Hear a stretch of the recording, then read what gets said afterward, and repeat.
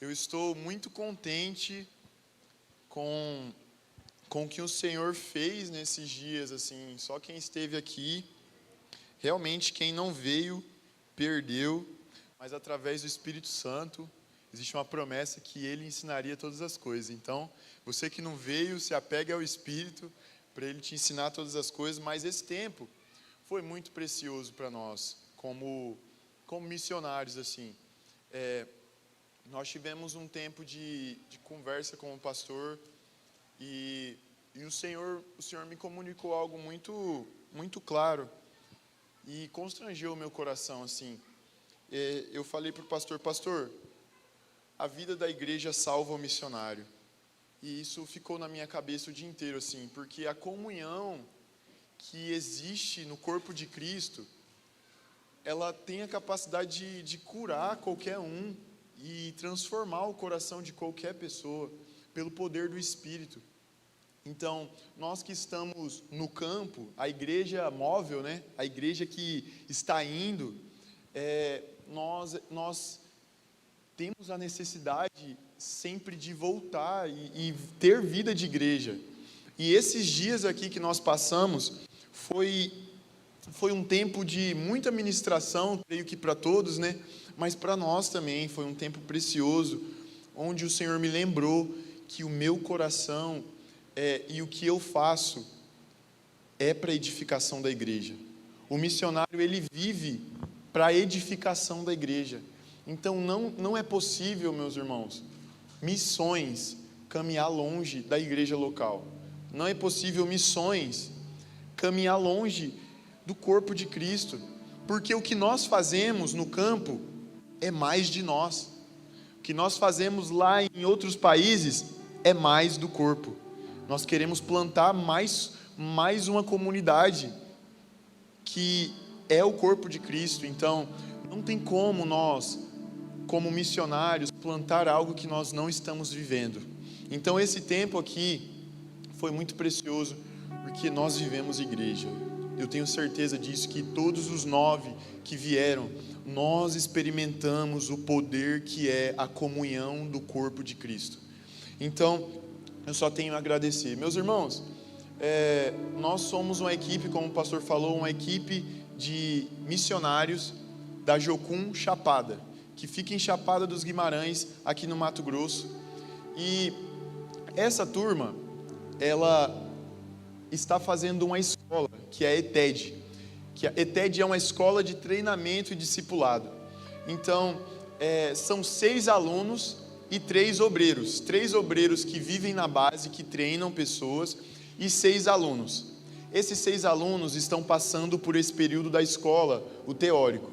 E em 14 de junho, essa equipe estará indo para a Colômbia, passar 2 meses na Colômbia, que é o período prático da escola deles.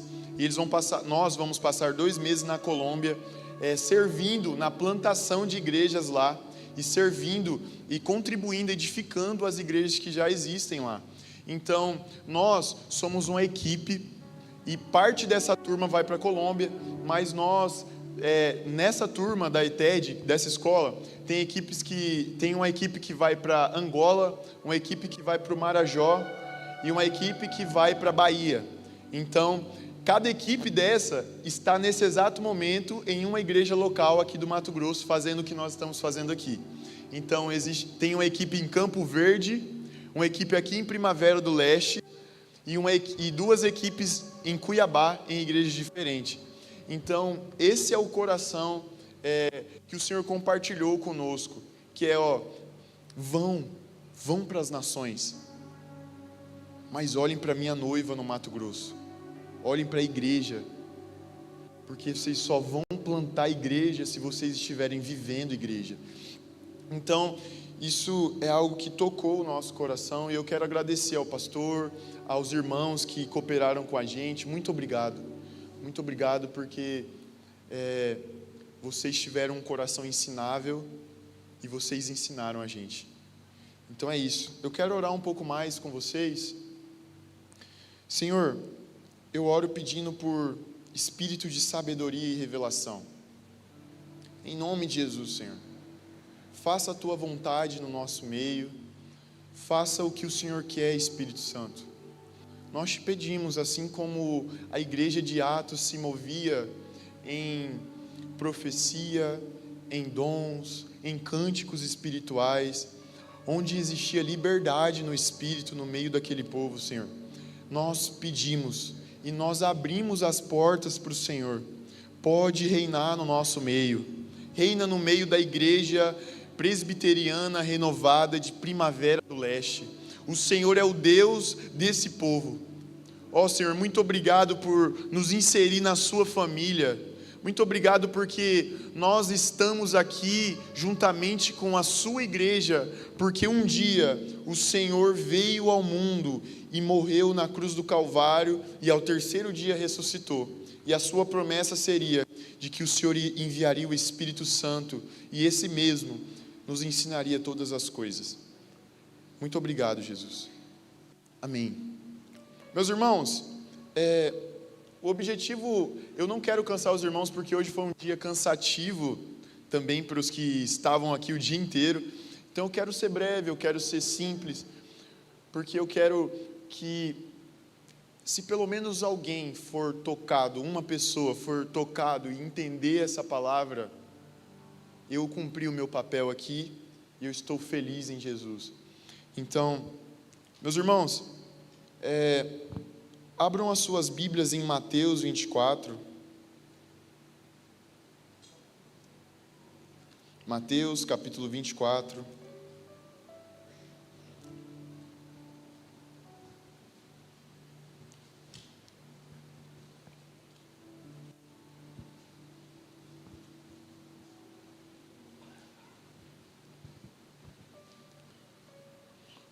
Vamos ler? Tendo Jesus saído do templo, ia se retirando.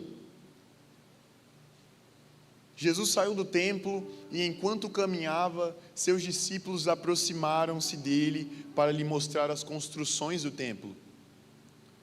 Vocês estão vendo tudo isto? Perguntou ele. Eu lhes garanto que não ficará aqui pedra sobre pedra, serão todas derrubadas. Tendo Jesus se assentado no Monte das Oliveiras, os discípulos dirigiram-se a ele em particular e disseram: Dize-nos, quando acontecerão essas coisas? E qual será o sinal da tua vinda e do fim dos tempos? Jesus respondeu: Cuidado, que ninguém os engane. Pois muitos virão em meu nome dizendo: Eu sou o Cristo, e enganarão a muitos.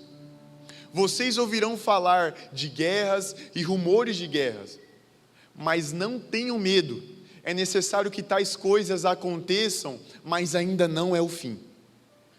Nação se levantará contra nação e reino contra reino, haverá fome e terremotos em vários lugares. Tudo isso será o início das dores. Então eles os entregarão para serem perseguidos e condenados à morte, e vocês serão odiados por todas as nações por minha causa. Naquele tempo, muitos ficarão escandalizados, trairão e odiarão uns aos outros. E numerosos falsos profetas surgirão e enganarão a muitos. Devido ao aumento da maldade, o amor de muitos esfriará. Mas aquele que perseverar até o fim será salvo. E este evangelho do reino será pregado em todo o mundo, como testemunho a todas as nações. Então virá o fim. Amém. Meus irmãos, esse é um texto muito curioso, porque nós já percebemos que no início do capítulo 24, parece que Jesus ele está com os discípulos, e os discípulos estão mostrando o templo para Jesus. Jesus, veja aqui o templo, olha aqui, como se Jesus não fosse um judeu e soubesse cada parte do templo, como se Jesus ele não soubesse o que era o templo e o que tinha nele. Mas em capítulos anteriores vai dizer que Jesus ele fala: olha, esse templo será derrubado e reconstruído em 3 dias. Então, o texto não é claro em dizer, mas nós podemos ver que os discípulos, eles, ao ouvirem isso, essa profecia do templo ser derrubado e reconstruído em 3 dias, eles vão mostrar o templo. Jesus, olha aqui o templo, olha o tamanho disso, como é que esse templo irá ser reconstruído em 3 dias? Logo, os discípulos não entendiam que essa profecia falava sobre Cristo, e Ele ser essa morada, essa habitação do Espírito Santo, que seria morto, porém em 3 dias, o Espírito Santo desceria, e esse mesmo Espírito ressuscitaria Jesus entre os mortos. Jesus estava falando dessa profecia, e os discípulos não entenderam. E logo depois, Jesus senta no Monte das Oliveiras, e ele se assenta, e os discípulos vão outra vez: Senhor, quando essas coisas acontecerão sobre a destruição do templo? Porque Jesus fala, olha, o templo vai ser destruído. E como ele foi? A gente vê hoje que não existe templo em Jerusalém. No lugar onde é o templo em Jerusalém, agora é uma mesquita muçulmana. Então não existe templo, o templo realmente foi destruído e a profecia se cumpriu. Não ficará pedra sobre pedra. Mas, meus irmãos, parece que os discípulos ficaram encafifados com isso. Senhor, quando acontecerá essas coisas? Dai-nos um sinal da sua vinda. Então, os discípulos, eles soltam uma pergunta que todo cristão que está aqui, se tivesse oportunidade, perguntaria: Senhor, quando você vai voltar? Quando o Senhor vai voltar? Quero saber. Quando o Senhor vai voltar? Essa é uma pergunta que todo cristão, ele tem. Será que, fazendo essa conta aqui, depois deu o ano 2000, quando dá o ano 2000, Jesus volta, que não é possível, 2000 já deu de história humana, volta logo Jesus, e ele não voltou. Então essa é uma pergunta de todo cristão, e existe muito, isso se chama uma pergunta escatológica, né? Uma pergunta sobre a vinda, sobre os fins dos tempos, e existe talvez muito misticismo sobre a vinda de Jesus. A própria palavra diz: levantarão falsos profetas e falarão, eu sou o Cristo. Como aconteceu? No Brasil, quando eu era criança, eu gostava muito de ver aquele Henrique Cristo. Quantos já ouviram? Henrique Cristo. E eu ria muito, porque eu cresci no lar evangélico, e eu sabia que ele não era Jesus. Mas aí eu gostava de assistir e ficar pensando, cara, o que esse cara tem na cabeça de falar que ele é Jesus? Se levantarão falsos profetas para esse tempo. Mas também se levantarão falsos profetas que vão dizer, não, Jesus já voltou, meu amigo, você ficou, agora, você já ouviu isso? Jesus voltou e aqui é o inferno, porque o que está acontecendo nesse mundo aqui não é possível. Eu ouvi dentro da igreja, dizendo assim, olha, eu acho que a pandemia foi a volta de Jesus, e o Senhor levou quem Ele quis, e a gente ficou. Gente, isso é um falso ensino sobre a volta de Jesus. E nós, os cristãos, temos que estar bem apegados sobre o dia mais glorioso em que a igreja será arrebatada com Jesus nos ares. Nós temos que ter isso firme no nosso coração, sobre o dia em que Jesus virá. Então, Mateus 24 está o grande segredo sobre a escatologia.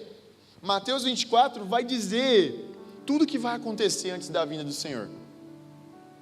E aí, os discípulos vão perguntar, Jesus, qual é o sinal da sua vinda?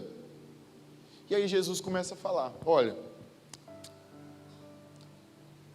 levantarão falsos profetas, muitos enganarão, como tem acontecido no nosso tempo. Nações contra nações, como tem acontecido no nosso tempo. Tsunami, terremoto, como tem acontecido nos nossos dias. E há algo muito importante aqui, que eu considero uma das coisas mais importantes que todo cristão deve se atentar. E naqueles dias, o amor de muitos se esfriarão.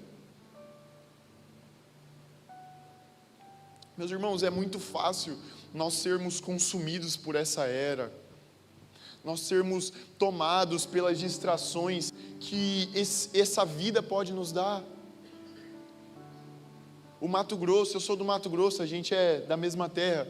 O Mato Grosso é conhecido por um lugar que tem muito trabalho, muita mão de obra, e muitas cidades foram fundadas porque as pessoas vinham a trabalho de outros estados, porque estava crescendo a lavoura, estava crescendo o gado, as coisas estavam dando certo, e aí as nossas cidades, elas foram sendo tomadas por essa era de, olha, quando nós estivermos cheios de satisfação no trabalho e na vida cotidiana e na nossa vida de emprego, e quando nós tivermos o salário perfeito, aí sim eu vou estar pleno. Meu irmão, se nós estamos pensando assim, nós estamos sendo consumidos por essa era. E infelizmente, como a palavra diz, o nosso amor está se esfriando. Nós não podemos deixar de maneira alguma que o nosso amor por Jesus se esfrie. Eu acho que a maior dor que o cristão deve ter é quando ele sente que o seu amor por Jesus está se esfriando. Quando ele sente que não é mais aquele como dos primeiros dias. Isso deve desesperar o nosso coração, quando nós olhamos para trás e vemos que nós não estamos mais do mesmo jeito, nós não estamos queimando de amor por Jesus. Existe uma canção que eu gosto muito, que é do Alessandro Vilas Boas, que ele canta assim, ó: eu só quero te amar mais do que ontem. Jesus, eu só quero te amar mais do que ontem.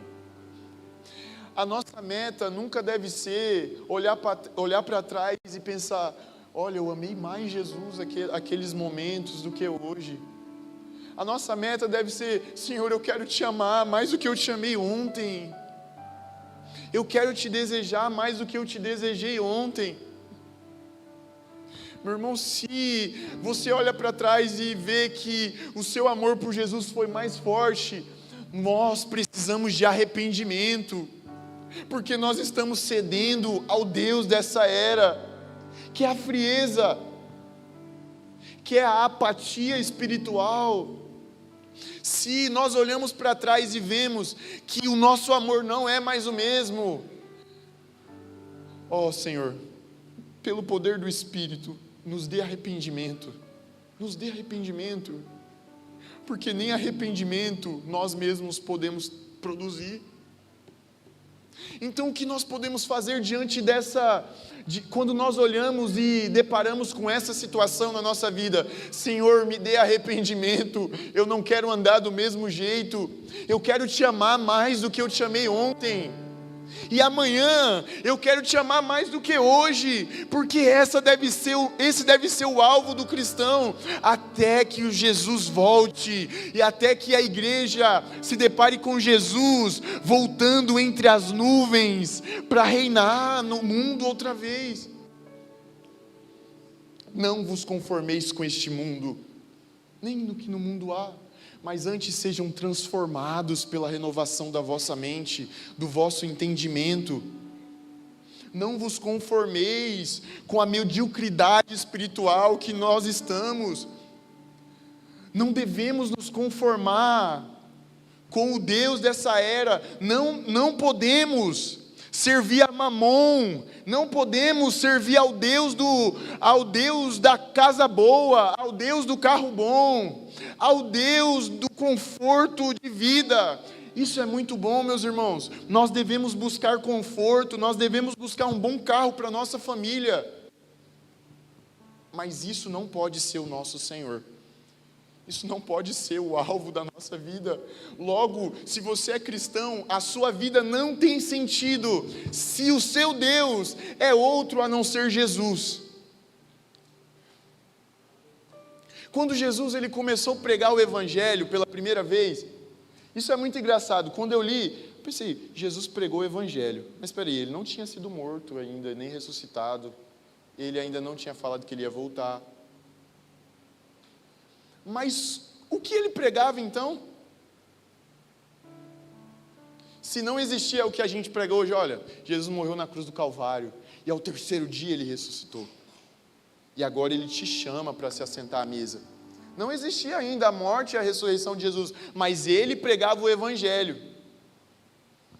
E a Bíblia vai falar que Jesus pregava o Evangelho, e a pregação dele era assim: arrependei-vos, pois é chegado o reino dos céus. Arrependei-vos.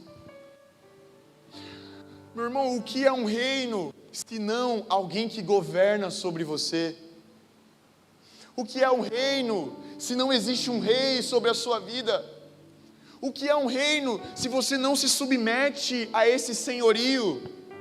Se você não tem Deus, e não tem Jesus como seu rei, logo, você não tem parte no reino de Deus.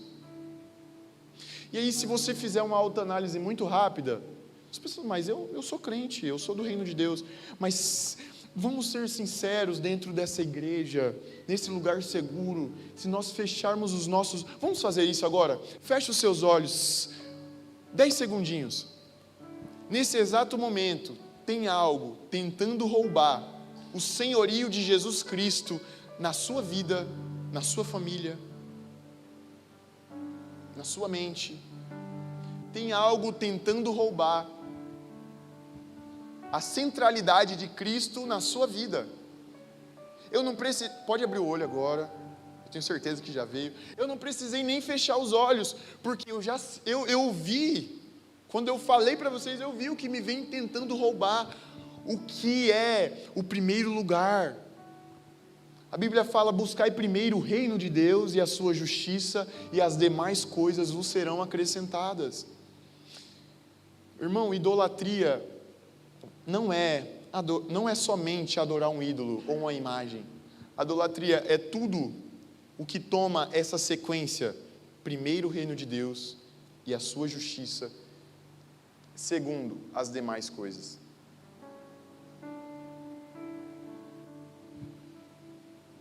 Se há algo na nossa vida roubando o primeiro lugar de Jesus, nós estamos caindo em idolatria, nós estamos caindo ao Deus dessa era, e o nosso amor está se esfriando.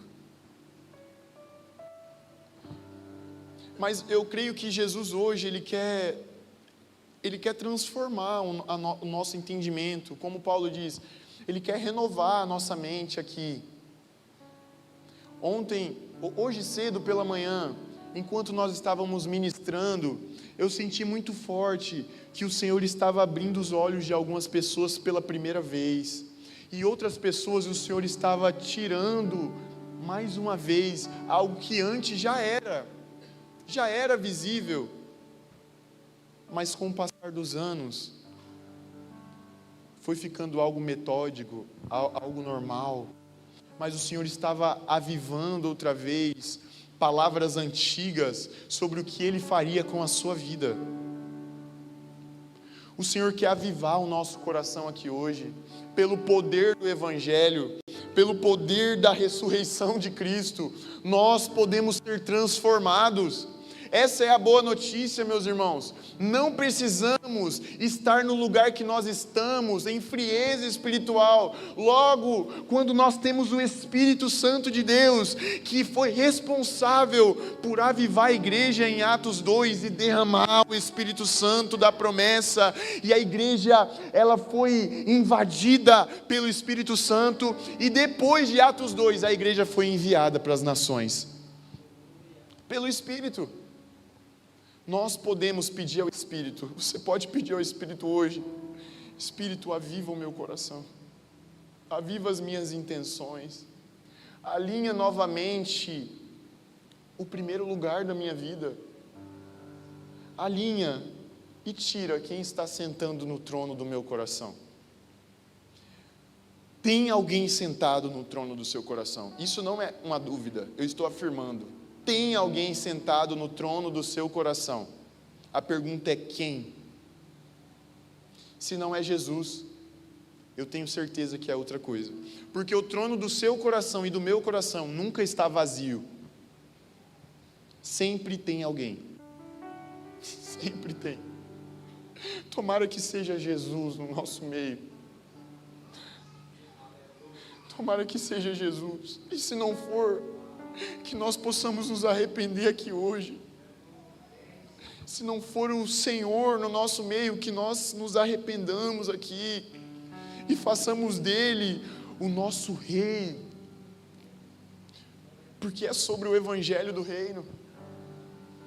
E mais para frente, em Mateus 24, ele vai dizer quando ele vai voltar. Ele diz assim: e este evangelho do reino será pregado em todas as nações, então virá o fim. Então não existe mais quando? Será? O que vai acontecer? Está claro na Bíblia, dizendo, e este evangelho do reino será pregado em todas as nações, então virá o fim. Ele volta. Meus irmãos, nós só pregamos o evangelho. Eu vou dizer algo aqui. Nós só pregamos o evangelho e esse deve ser o nosso objetivo. Nós só pregamos o evangelho não porque nós amamos mais as pessoas, nós amamos demais os homens, nós amamos demais os povos. Sim, nós amamos os povos, mas eu prego o evangelho. A palavra em Mateus 24 vai dizer, eu prego o evangelho porque a palavra diz, e este evangelho será pregado em todo o mundo, então virá o fim. Então logo, eu quero pregar o evangelho, porque se eu pregar o evangelho, o Senhor volta. Se eu pregar o evangelho em todas as nações, Ele vem. Meu irmão, se o nosso coração essa semana, esse mês, ou esse ano, não orou, Senhor, volta logo, eu posso afirmar que Jesus não é o centro da sua vida. Porque se nós não clamamos, Maranata, ora vem Jesus, é porque nós estamos satisfeitos com essa era, é porque o nosso coração está tranquilo demais com as coisas deste mundo. Se nós não clamamos, Senhor, volta logo, isso já é uma denúncia do nosso coração, porque nós não precisamos de Jesus aqui no Brasil, nós não precisamos de Jesus no mundo, porque eu estou bem, eu estou tranquilo.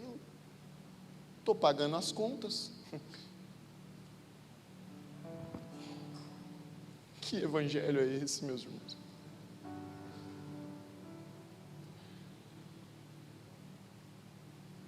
Sabe, o missionário, sabe por que as pessoas elas vão para os povos e elas entregam as suas vidas para essa obra? Não é porque elas são boas demais. Não é porque elas amam demais as pessoas, mas é porque existe uma promessa, quando todos os povos ouvirem o evangelho, Ele voltaria.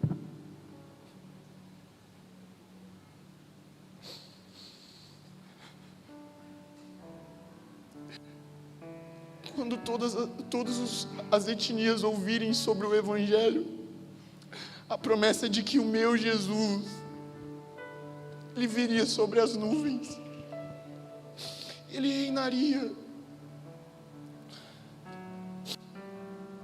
Oh, Jesus,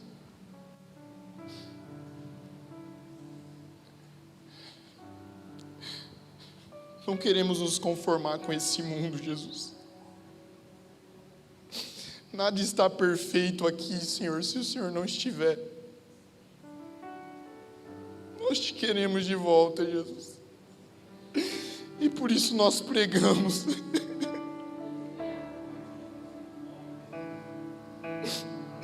Nós queremos o Senhor reinando aqui, Senhor. Por isso nós pregamos. Não é um político que vai mudar essa nação, meus irmãos. Não é A ou B, é quando um judeu de 33 anos se assentar em Jerusalém e reinar sobre o Monte Sião. Nada está perfeito por enquanto. Nada está perfeito. Meus irmãos,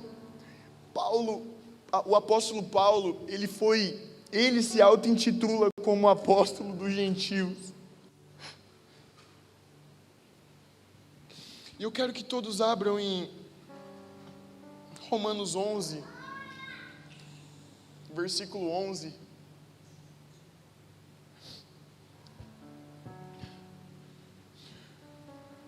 Novamente pergunto: acaso tropeçaram para que ficassem caídos? De maneira nenhuma. Ao contrário, por causa da transgressão deles, veio salvação para os gentios, nós, para provocar ciúmes em Israel. Pode passar.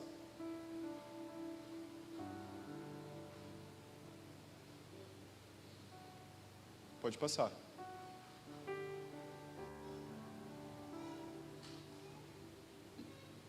Isto é, para que eu e vocês sejamos mutuamente encorajados pela fé. A todos os que... Quero que vocês saibam, irmãos, que muitas vezes planejei visitá-los, mas fui Está errado? Deixa eu abrir aqui em Romanos.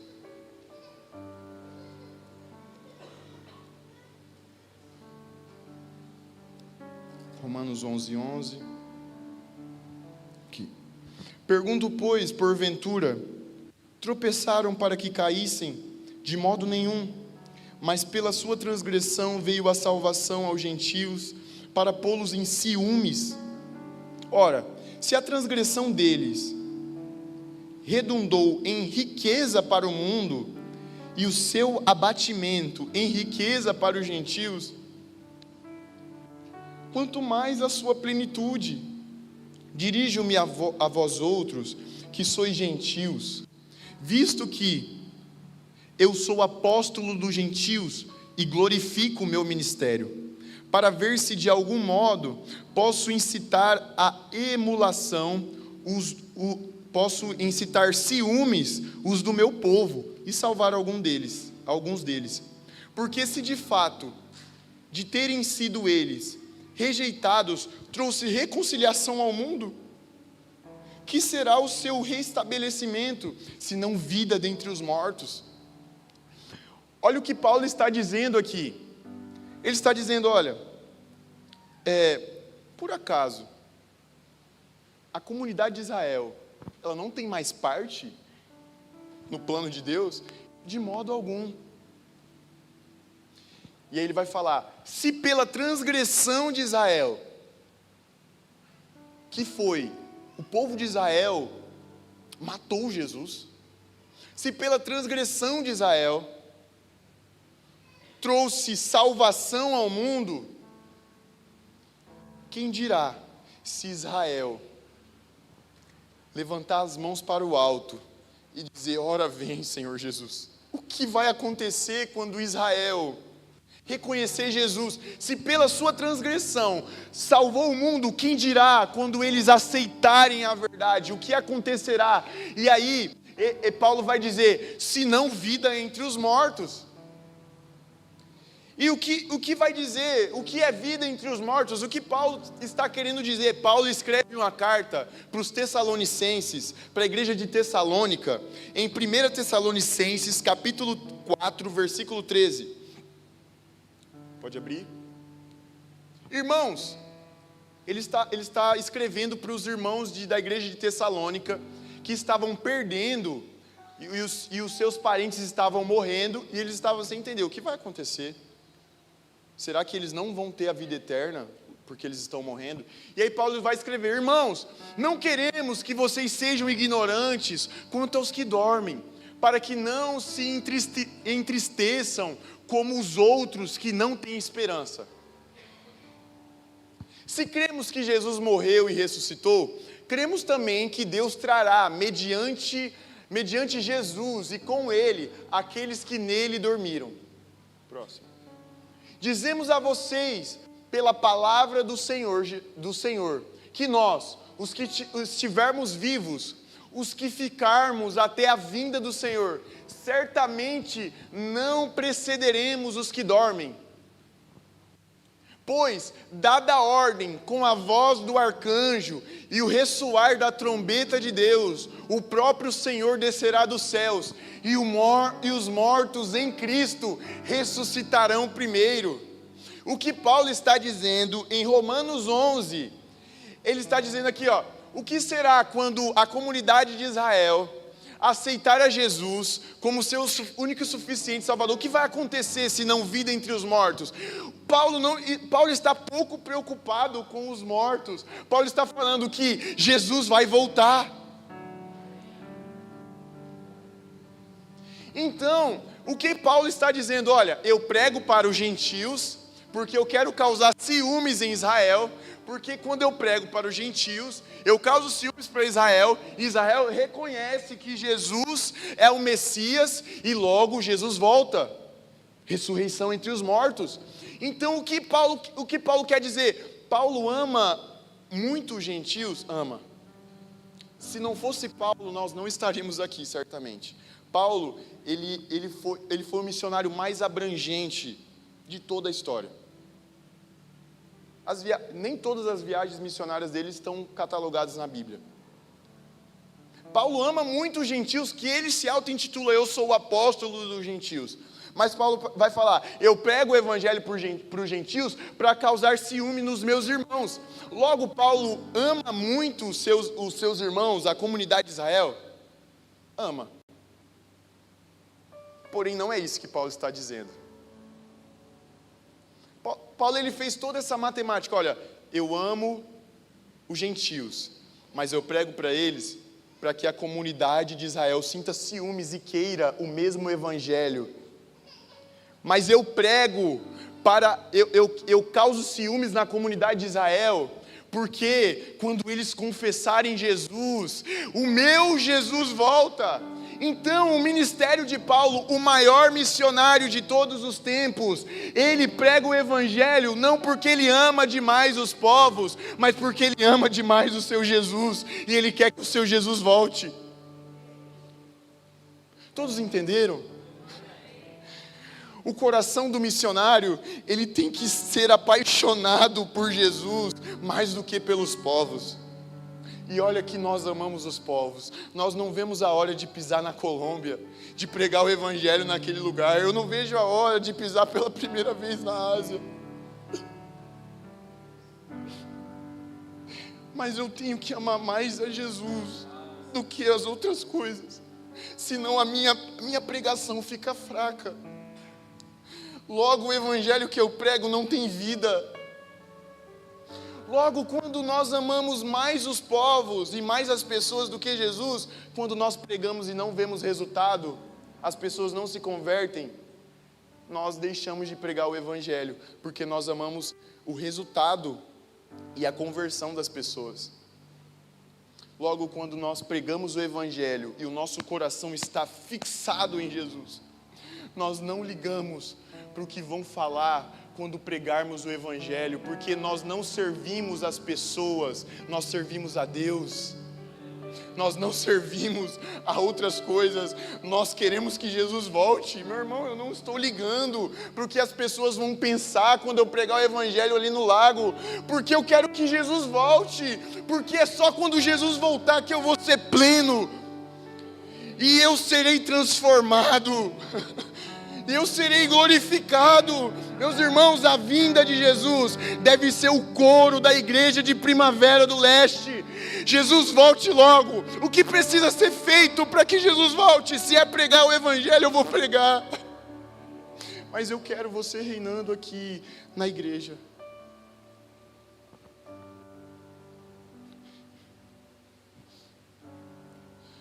se o evangelho será pregado em todas as nações, como está? Meus irmãos, em 1974, nós estávamos em um período muito bom das missões no mundo. E a igreja estava com um pensamento muito triunfalista sobre a missão. Eles estavam pensando, olha, se nós fizermos as contas, todas as nações estão sendo alcançadas pelo evangelho. Então, dali aqui, dali ali, Jesus volta em 3 anos, estamos com Ele na glória.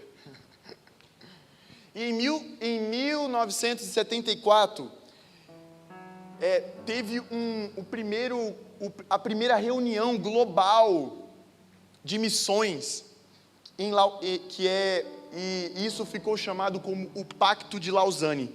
E no Pacto de Lausanne, liderado por Billy Graham e John Stott, grandes homens de Deus, eles estabeleceram novas coisas para as missões globais. Logo quando a igreja daquela época pensava que todas as nações estavam sendo alcançadas e logo Jesus voltaria, naquela reunião em 1974 foram estabelecidos novos parâmetros sobre o que é nações. Então, qual era o pensamento? Olha, nação é todo lugar que tem um governo instituído. Um governo, um político, alguém, ações governamentais. Nações é isso. Mas nesse dia, no Pacto de Lausanne, foi estabelecido que nação é todo povo, toda tribo, todo grupo étnico, qualquer povo que fala uma língua específica e se ajunta, isso é uma nação. Então logo a coisa muda. Por quê? Porque o Brasil, que é uma nação ao nosso ver, existe 391 grupos étnicos, 391 nações. Opa! Eu acho que a gente estava na linha de chegada e a gente voltou uns 5 km.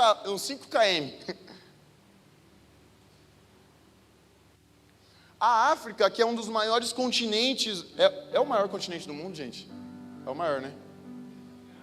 É a Ásia, né? A África tem, eu me confundi porque a África tem muitos grupos étnicos, né?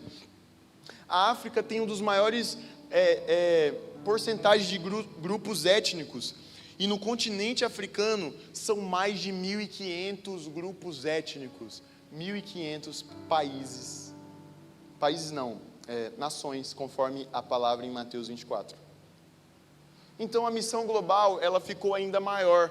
Porém, desde 1974 até hoje, a igreja vem avançando nas missões globais, e agora eles não estão entrando só em nações onde tem um governo instituído, eles estão entrando em qualquer comunidade. Nós estamos avançando, meus irmãos, na pregação do evangelho, e Jesus vai voltar. Por que Jesus vai voltar? Vamos todo mundo abrir a Bíblia em Apocalipse 7, versículo 9, vamos todo mundo juntos. Meu Deus. Olha aqui, meu Deus, João está preso na ilha de Patmos, e ele tem uma visão sobre os últimos dias, e aí, olha o que ele vê: depois disso, olhei, e diante de mim estava uma grande multidão, que ninguém podia contar, de todas as nações, tribos, povos, línguas, em pé diante do trono e do Cordeiro, com vestes brancas e segurando palmas. Nós pregamos o evangelho em todas as nações no futuro. Nós estamos diante de Deus. Então a resposta é: deu certo. A missão que foi confiada à igreja deu certo, meus irmãos. Mas agora a pergunta que eu te faço: qual a sua parte nisso? Nesse dia, todas as nações, tribos, povos e línguas estarão diante de Deus e do Cordeiro. Aqui, é uma promessa, basicamente o Evangelho. Meus irmãos, o Evangelho é caminhar sobre algo que é certeza. Nós não caminhamos em incertezas, meus irmãos. Quando Jesus falou que o Evangelho seria pregado em todas as nações, então virá o fim, Ele não mentiu. Todos os povos estarão diante dEle. Então, se o Senhor nos deu essa autoridade para pregar o Evangelho em todos os povos, tribos, línguas e nações, é porque Ele deu capacidade para a igreja presbiteriana de Primavera do Leste contribuir com a volta de Jesus. Meus irmãos, você acredita que você pode fazer parte da volta de Jesus? Você pode contribuir para que isso aconteça?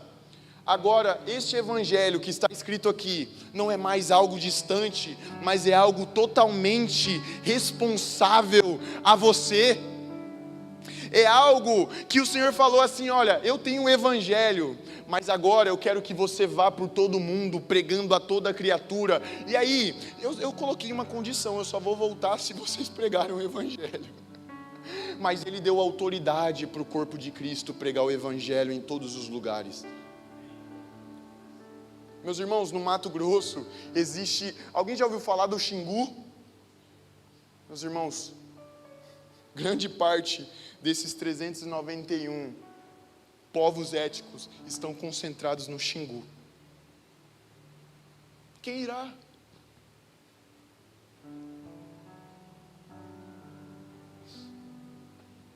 Quem irá? Isaías, quando está diante de Deus, ele tem toda aquela revelação. No ano da morte do rei Uzias, eu vi o Senhor assentado sobre um alto sublime trono. E logo depois que é tocado a brasa no altar, ele confessa, se arrepende e agora eu estou bem.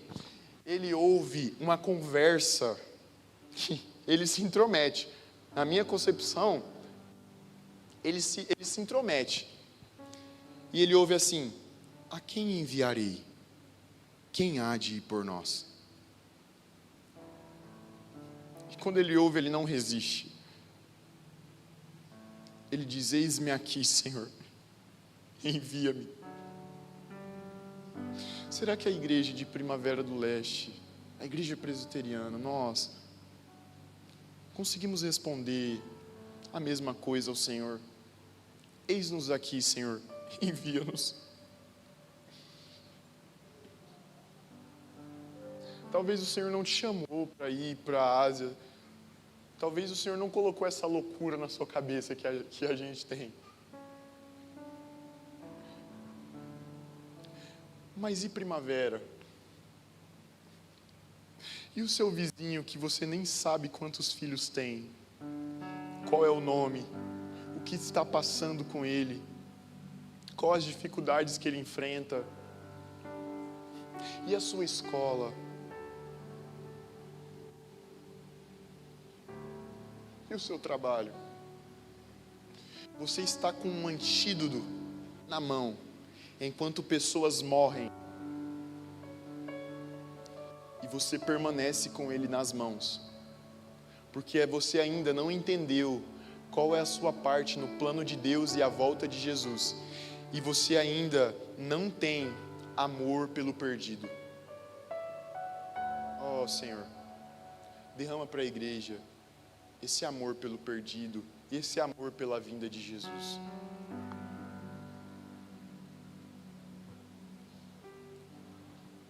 Eu quero te convidar, nesse momento, a ficar de pé. Vamos responder a isso. Eu creio que foi uma mensagem simples, mas que todos entenderam, amém?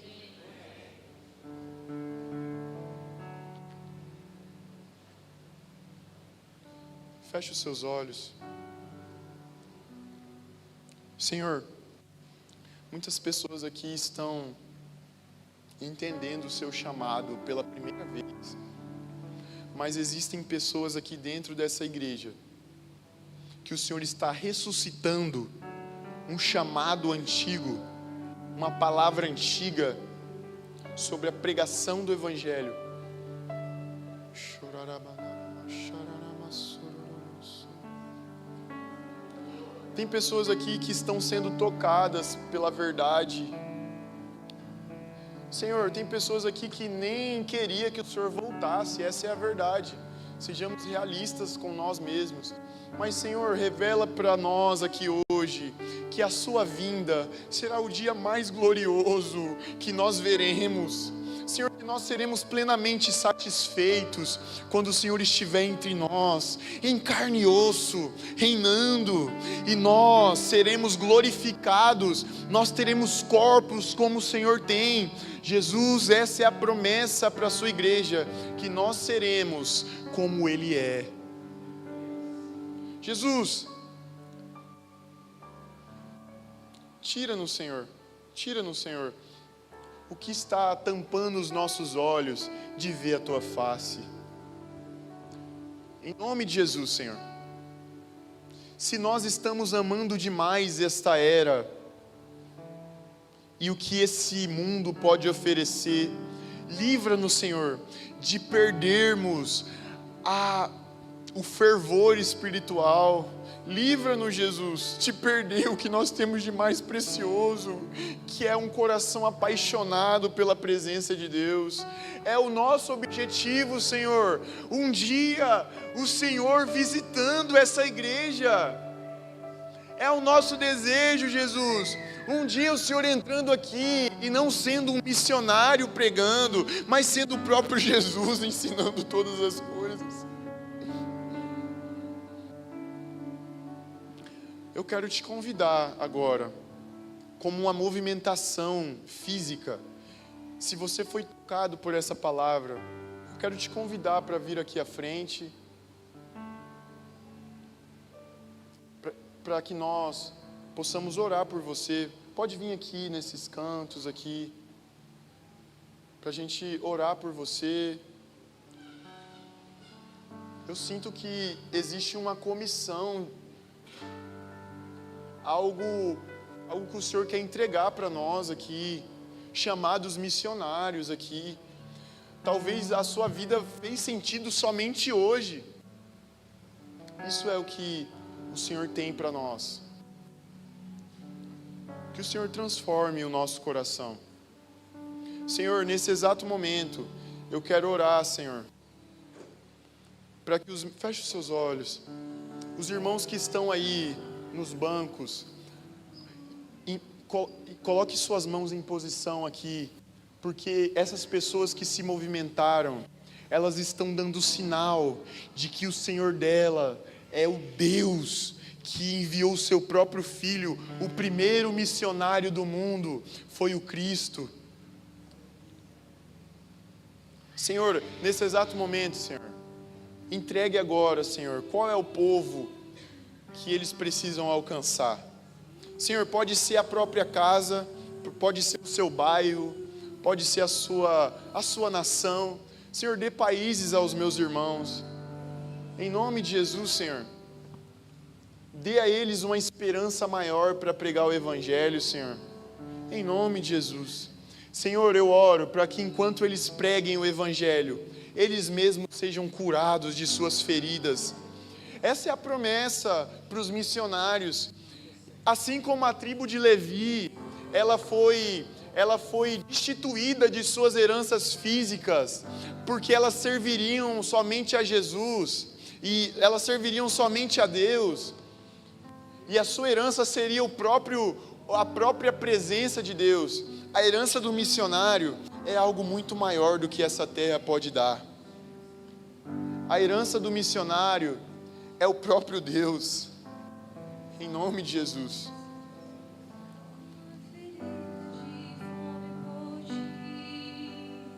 Fere o meu coração com a ferida de sede por ti. Ensina-me a clamar e a suplicar, até que o Senhor venha.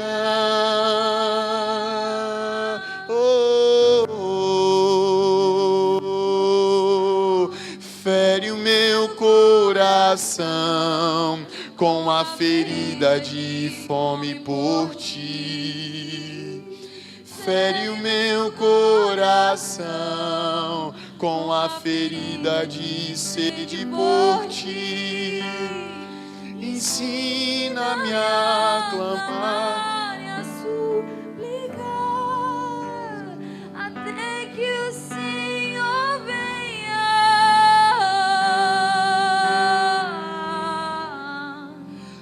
Até que o Senhor venha, eu vou clamar. Até que o Senhor venha, eu não vou descansar. Até que o Senhor venha, eu vou gastar a minha vida diante do seu altar, Deus, diante do seu altar.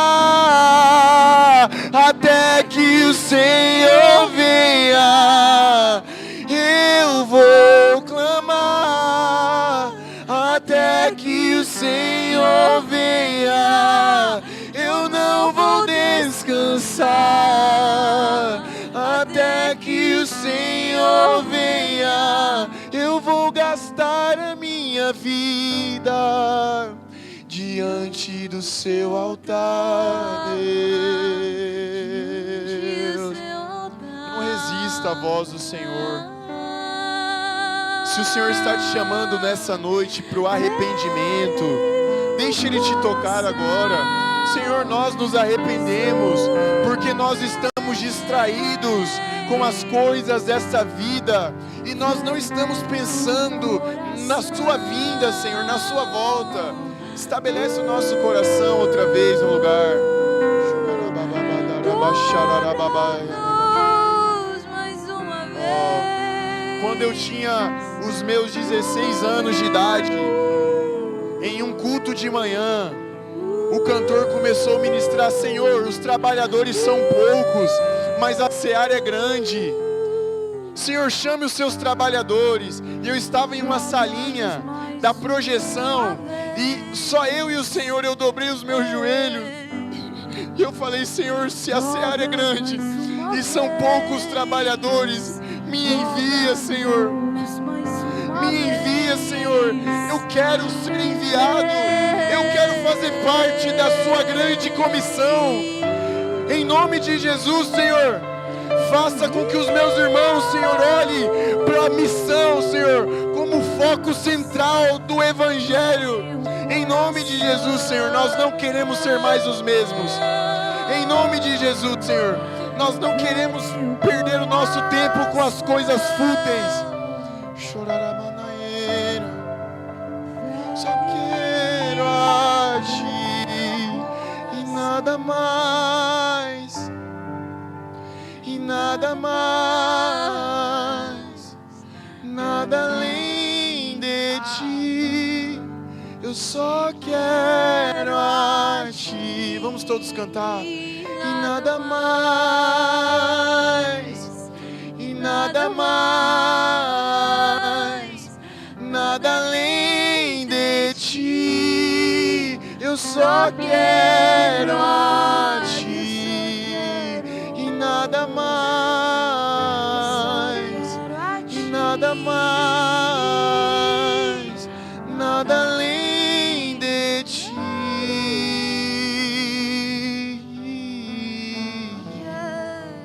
Nada mais. Nada mais. Não quero nada mais do que Eu vi o Senhor bater na porta e eu fui correndo te encontrar.